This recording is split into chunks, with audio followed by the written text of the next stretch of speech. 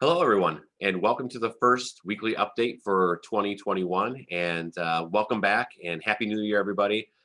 It's been definitely a great opportunity to step away for 2 weeks during the holiday break and spend some time recharging our batteries and rejuvenating ourselves. As obviously, it's been a challenging first part of the year. But the time was well spent, and we're energized, we're rejuvenated, and ready to finish the year strong. And once again, I thank you for being with us, staying informed, staying in touch as we provide important information just to keep everybody well informed and on the same page as we continue to move forward. And we're excited for what the rest of the year is going to bring. I definitely think there's a strong sense of hope. What we've done is been nothing short of amazing up to this point, and we're looking to continue that. We're excited to have our high school students back with us face to face. We're excited to continue on our Pinckney Virtual Academy, and our plan and our hope is that we can sustain and continue to improve upon every single model of teaching and learning that we provide for the remaining part of the year, and without any disruptions or minimal disruptions at that. So I appreciate you continue to be with us, continue to support us, and we're looking forward to having a strong and just a very positive second part of our school year. So thank you for joining me for a little bit of this time. And so as we often do, we start with just talking about COVID and just an update.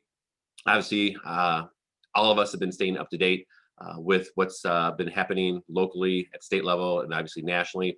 We're very fortunate here in the state of Michigan to continue seeing trends decrease, although I think we are starting to see some trends representing the holiday spikes. I'm going to demonstrate that with my screen in just a second. But overall, I think what we've been doing in the state of Michigan has been working. And we started, I think in December, we're itching up to 18, 19% infection rate. But we've definitely seen a steady decline. At one point, I believe the rate actually got down to 7.7%, and it was very quickly that rate came. And so we hope that we can continue down that road along with vaccinations, and I'll speak upon that in just a second as well. But we're definitely looking far more optimistic than I think that we have in a long, long time. So I'm going to go ahead and share my screen at this point. Once again, putting up the My Start map. Starting here with the rate of infection, and once again, just you can just see the trends here, which is an important part about this, and where we are seeing, once again, I alluded to where rates were getting 18, 19% there, and that steady decline. And this is where we're kind of living right now. We see that increase in the health department, who I've met with once again yesterday, definitely is confident that is representative of the holiday spike that they've been forewarning for some time. But our hope is that it's a minimal spike, it's short-lived, we can plateau and then begin on that downward trajectory once again. So as I scroll down, just as we take a look at the daily cases per million population, once again, this is a great representation of what we've been living through. Definitely the dramatic spike that we experienced in November, December, which resulted in our students going face to face. And, obviously we have businesses and restaurants currently closed. And seeing right here, it was, I think, where we saw the rate about 7.7%. This is the uptick that we're starting to see there. Definitely now not anywhere near the extreme spike that we saw, which is encouraging. And hopefully we're actually starting to see a little bit of plateau. Hopefully that can remain the case, and then we can see that decline. So we're feeling very good about where we're at, even more importantly, where we're going. In terms of Pinckney Community Schools, we have had 3 confirmed cases of COVID. 2 are staff members, and 2 were notified. We were notified before school even started. So these occurred during the break. We had one individual at Country Elementary notify us actually at the second week of break that the individual tested positive. And just prior to starting school on Monday, we had a navigator teacher inform us that they were tested positive as well. Both individuals are doing well. No students have been impacted whatsoever, so there's nobody quarantined here as a result of that. We were notified just a day or so ago that we had a high school student test positive. That student was in school, so the high school team, once again, has done a great job going through their protocols for contact tracing, and all the individuals who've been impacted or identified as close contacts have already been informed. From a quarantine standpoint, We have relatively low numbers of individuals who are quarantined. That number is below 50. I don't have the exact number at this point in time, but generally low. And our numbers in quarantine have been low, and that's been encouraging as well. So once again, I appreciate all the support our community and our parents continue to demonstrate, and just your willingness to work with us to help sustain the learning models that we have. And we're excited to have our high school students back here. We're excited to have everybody back in school. We have students who are returning the second semester at our secondary levels, and looking forward to once again having a very successful second part of the school year. Obviously, there's a lot of talk about vaccinations, and that's an exciting conversation to have. We're in weekly conversations with the health department. I just got off another conference call earlier this morning with our county superintendents as we're starting to put plans in place for educators. Educators are part of what's called the Phase 1B group. 1A is where they have started, obviously. And then, as you may know, that the governor made an announcement earlier this week saying that starting January 11th, that those folks in 1B can start receiving vaccinations, and that includes educators. With that being said, every county is in a different place and where they're at in terms of the process and also just availability of their vaccinations. Here in Livingston County, we're not ready to move to Phase 1B. They've identified about 50,000 people who fit in that 1A category. And as of right now, Livingston County has only received 1,200 vaccinations. The first shipment was 900. They received another shipment just a couple weeks ago of 300. And they're not expected to get another shipment of vaccinations till the week of January 24th. And so we need to work through that process.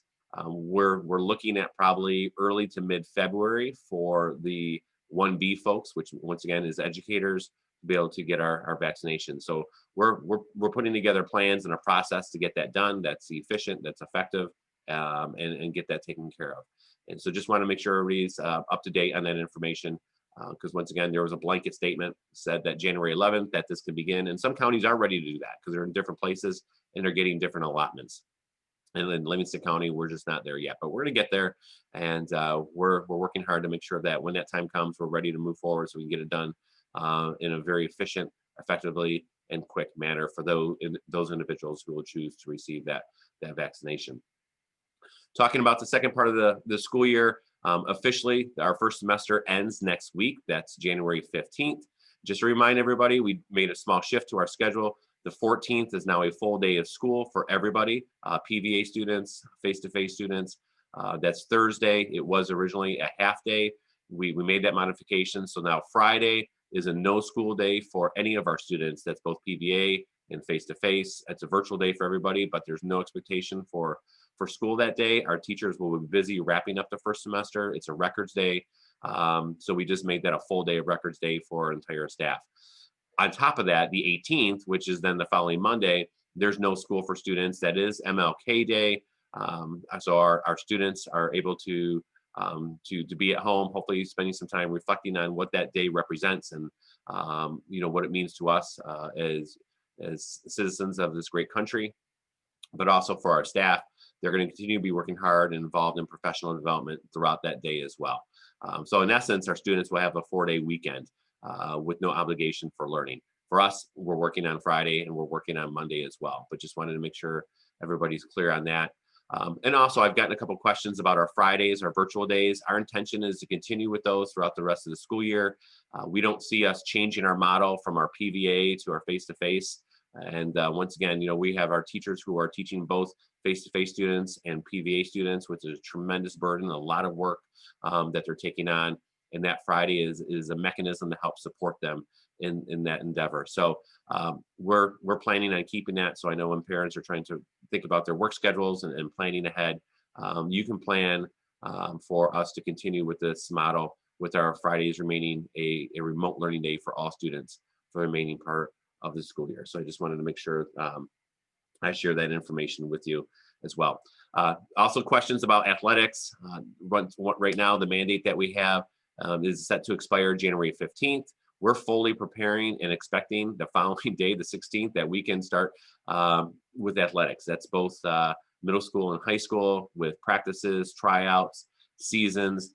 Brian Wardlow, our athletic director, and his team have been working hard, drafting several different schedules, and it's just been a tremendous amount of work trying to prepare for the unknowns the best that we can.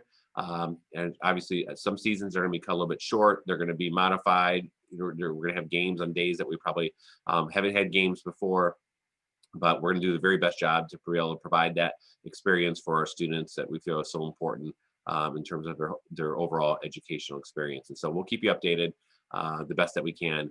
And hopefully in the upcoming week, we're going to get more detailed information as well. So I want to end with just honoring and celebrating two individuals who are leaving PCS as they enter retirement.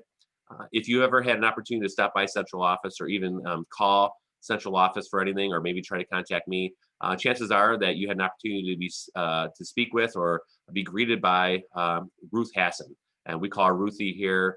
And Ruth Hassan is retiring. Today is her last day. That's January 8th, and she is, from what I understand, the most tenured teacher, or not teacher, staff member that we've had here in Pirate in Pinckney Community Schools. Ruthie started in 1967.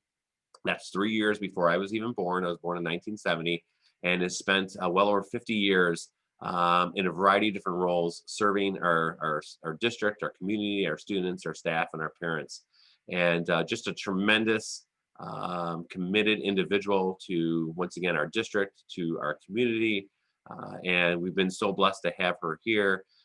She is now finally, for the last time, stepping away, going to spend her time in retirement, much of her time visiting Florida, taking advantage of the great weather they have here, but also coming back here and being part of our great community. So I just want to say thank you to Ruthie, to all that she's done, the sacrifices, commitment that she's given, and just the ambassador she's been for our district. So I want to wish her the very best. She's definitely going to be missed. She's been somebody I've leaned on quite a bit throughout my years as superintendent to help support me with those things I needed support with. Also, along the lines, we're going to be saying farewell to Julie Petty. She is a lead secretary at the high school. She's been there for many, many years. And Julie and her family, her husband Brad and her son, have been just an essential part of our school community.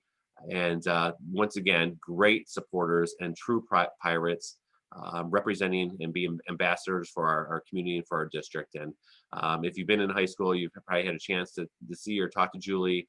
And if you've been at football games, her and her husband have been staples there during homecoming, having their RVs in the parking lot for our staff tailgate parties. Anything that we've ever needed, they've been more than welcome and willing to help volunteer, support, donate. And it's community members and employees like the Petties that make Pinckney Community Schools so special. And today is Julie's last day with us physically here, and we want to wish her and her husband and her family the very best as they move to an exciting part of their lives in retirement as well. So, so I just want to end on that note. So once again, it's great to have everybody back here. Thank you for spending some time with us. I look forward to speaking with you again next week. If you have any questions or concerns about any information that I've shared, as always, feel free to reach out to me with a phone call and email. I'll be more than happy to spend some time talking with you. So have a great weekend, everybody. Take care, and we'll look forward to seeing everybody back on Monday here at school, and I'll speak with you again a week from today. So as always, let's go Pirates.